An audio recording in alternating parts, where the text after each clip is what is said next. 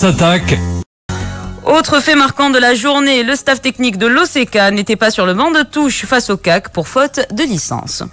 Du classement, le Maghreb de Fès et l'Olympique de Safi se sont neutralisés 2 buts partout. Les hommes de Denis Lavagne sont toujours avant-derniers avec 12 points, à égalité avec l'Olympique de Khouribga qui est parti chercher le point du nul face au CAC de Kenitra, 2 buts partout. Et justement, en rapport avec ce match, l'équipe de l'OCK a vécu un début de match surréaliste contre le CAC. En effet, l'entraîneur Ali Ajlani et l'ensemble de son staff n'ont pas pu être sur le banc de touche, faute de licence, les autorisant à être sur la feuille de match. Cette affaire a fait une première victime, le secrétaire général du club Jawad Benkiran. Ce dernier a pris ses responsabilités et présenté en direct sa démission sur les ondes de Radio Mars.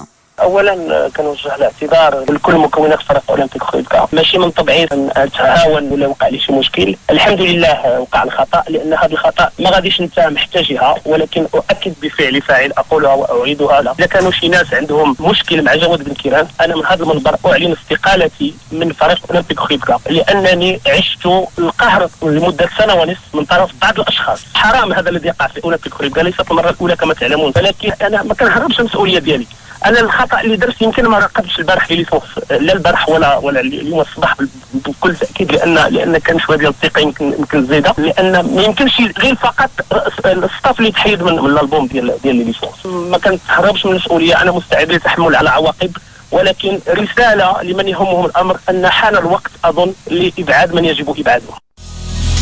La revue de presse. La bévue du directeur administratif de l'OCK, ça on l'a rapporté, Jawad Benkiran, le pauvre. Qui présente sa démission. 4 compétents, hein, faut-il le rappeler, bilingue. Moi, je le connais, très fort, mais que voulez-vous? Il a pris ses responsabilités. Mais paraît-il, dans le comité directeur, refusé la démission de M. Benkiran, Jawad Benkiran. À suivre. À suivre. On passe maintenant à nos amis de l'Ahdath الرياضية. المكتب المسير يرفض استقالة المدير الإداري. النادي القنيطري يقدم اعتراضا ضد أولمبيك خويبكا. Les déceptions au niveau au rayon des déceptions, qu'est-ce qu'on a ce week-end? Qui sont en train de se diriger en courant, mais avec beaucoup d'allégresse en Botola 2. Vous pensez? Mais tu rigoles ou quoi? Ah, mais aujourd'hui, je crois qu'il est trop tôt de dire ça parce qu'il y a une phase de retour. Il y a une phase de Amine, moi je crois que vous faites l'éloge de Kenitra, d'accord? Oui. Khouribga fait 2-2 à Kenitra et maintenant vous me dites quoi? C'est une équipe de. Eh, Khalil. Moi personnellement, je dis qu'il est trop tôt de dire ce qu'a dit Amine. Non mais attends, il est trop tôt. En football, la vérité d'aujourd'hui n'est pas celle de demain. Oui. Tu es d'accord avec moi? Oui. Mais aujourd'hui, au jour J, le 4 janvier 2016, oui, les plus aptes à aller en Botola 2 par rapport à ce qu'ils produisent et par rapport à leurs résultats, oui, sont le MAS et Khouribga. Mais ils sont à 2 points quand même ils sont dans par rapport à ce qu'ils engrangent, par rapport à ce qu'ils montrent. À les deux. Parce que le MAS il joue pas mal. Ouais, mais bon, mais je vais reprendre. Ouais, mais bon, mais il joue bien, très bien. Moi, je me rappelle, le match joue bien, Lino. Je vais te ramener 6 ans en arrière. C'était une phrase qu'on a entendue 233 fois par an à chaque match du WAF. Le WAF joue bien, le WAF joue très bien, le WAF produit du beau jeu, mais le WAF est maintenant en Botola 2. Mais c'est ça. Tellement ça a raté un pénalty. Mais oui, je sais. Qu'est-ce que tu vas faire? Mais ce que je veux dire, c'est qu'à partir d'un certain moment, il faut commencer à engranger des points. La question n'est plus de bien jouer ou d'être séduisant ou pas. Il faut commencer à prendre des points pour rester en Botola 1. Ça a été le cas de Khenifra l'année passée. Au rythme où ils vont, on a toujours dit que la Botola 2. Football, ils ont été relégués. C'est se dire aujourd'hui qu'il y a encore des matchs retour, mais il faut se dire aussi qu'il y a des matchs. 2 points de Voilà. Aujourd'hui. Non mais je veux bien, tu as raison. Mais le fait est qu'ils sont derniers aujourd'hui. Et s'il y a des matchs retour pour le MAS et pour Khouribga, on va quand même rappeler aussi qu'il y a des matchs retour pour le KC1, pour le HCMA. Ce sont des équipes qui vont pas se laisser faire non plus. Donc tout ce qui va compter, c'est les points que tu as mis dans ta besace au fil des matchs. Et par rapport à ce qu'ils démontrent et par rapport à ce qu'ils engrangent, aujourd'hui les 2 derniers de la Botola sont logiquement ceux qui devraient aller en Botola 2.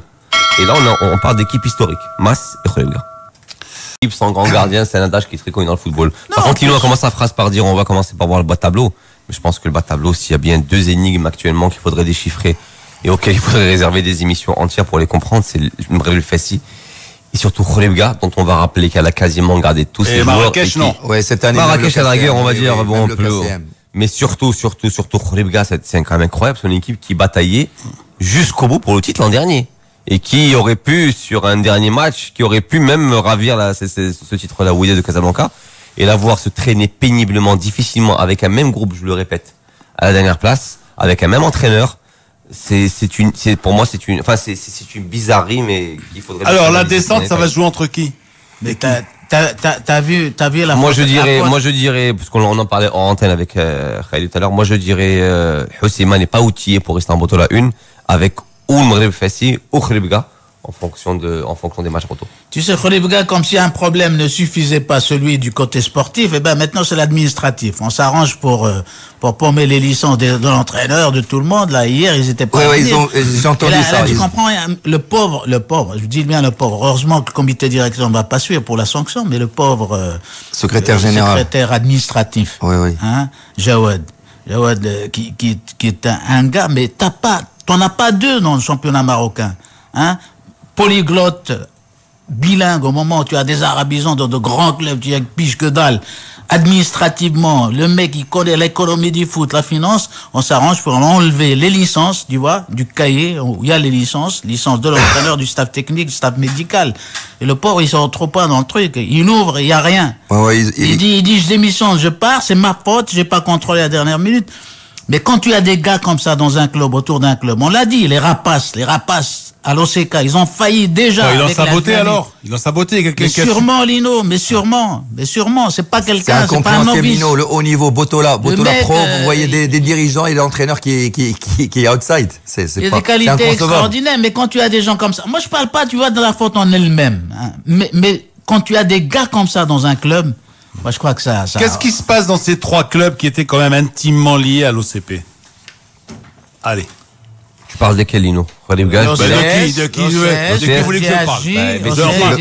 On parlait de Khribga, vous rajoutez Safi et Jdida. Qu'est-ce qui se passe? OCK et. Qu'est-ce qui se passe? C'était des clubs d'abord qui étaient bien structurés, sur le plan administratif, hein. Sur le plan sportif, bon, plus ou moins ça suivait, hein. Bon, on va dire que SFI a perdu un entraîneur et qu'elle n'avait pas de terrain où jouer. Bon, c'est des circonstances atténuantes, plus ou moins, on va dire. Mais pour moi, la véritable énigme, c'est Khribga, je le répète. Ils n'ont pas de terrain non plus. Oui, mais bon, mais c'est le même entraîneur, c'est le même groupe, ils ont fait une très belle saison l'an dernier. SFI, pour moi, SFI est un club qui est à sa place. Est-ce que l'OCK... Qui est amené à être entre la 8e et la 12e place tous les ans. Mais Khribga, quand même. On parle quand même du dauphin du champion qui a affiché un niveau exceptionnel. Est-ce que l'OCK, par exemple, hein, qui est un grand club omnisport, hein, qui est finalement, c'est quoi l'OCK? Khribga, c'est l'OCP, qu'on le veuille ou non. Oui. Est-ce qu'ils pouvaient pas prévoir ça? Est-ce que prévoir quoi? Ce fait qu'ils avaient resté sans terrain, par exemple. Oui, bon, mais ça. Est-ce qu'un club comme l'OCK, je répète, laissons tomber, je veux pas parler de l'OCP. Est-ce qu'un club comme l'OCK se laisse prendre au dépourvu comme ça? Tu as raison, c'est une stratégie, c'est une politique qu'il va falloir mettre en place. C'est-à-dire, il va falloir, comme tu dis, toutes les équipes doivent avoir une politique sur le moyen et le long terme, avec des ajustements et des trucs d'improvisation qui ne doivent pas apparaître à ce niveau. Tu te rappelles Feul Khmeri, quand il avait entraîné le Raja à un moment, il était parti, on lui a posé la question, quelle est la cause de ton départ? Il a dit, je suis venu pour entraîner une équipe de football et non pas un gouvernement. Tu sais, aujourd'hui, à l'OCK, c'est l'environnement qui est malsain.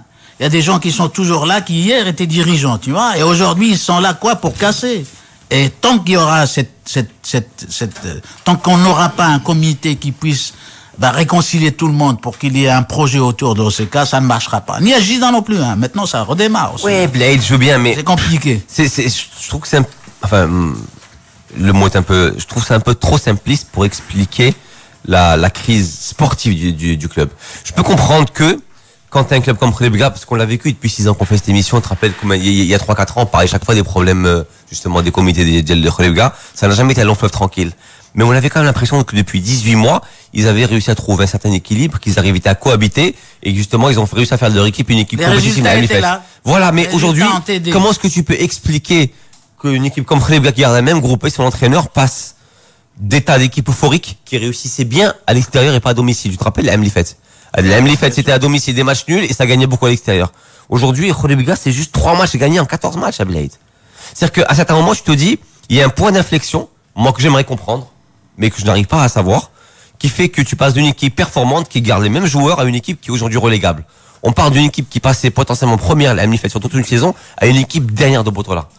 Je trouve que c'est trop facile d'expliquer ça seulement par des petites dissensions internes qui ont toujours existé. il doit y avoir autre chose. Peut-être que le discours du coach ne passe plus.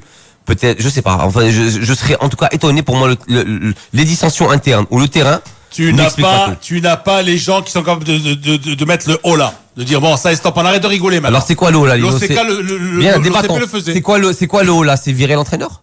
C'est virer la moitié de l'équipe? Non, mais sérieusement, on peut en parler franchement. C'est quoi le haut là? À partir de à quel moment tu te dis bon, c'est plus possible. 14e journée, tu es dernier, tu as 12 points.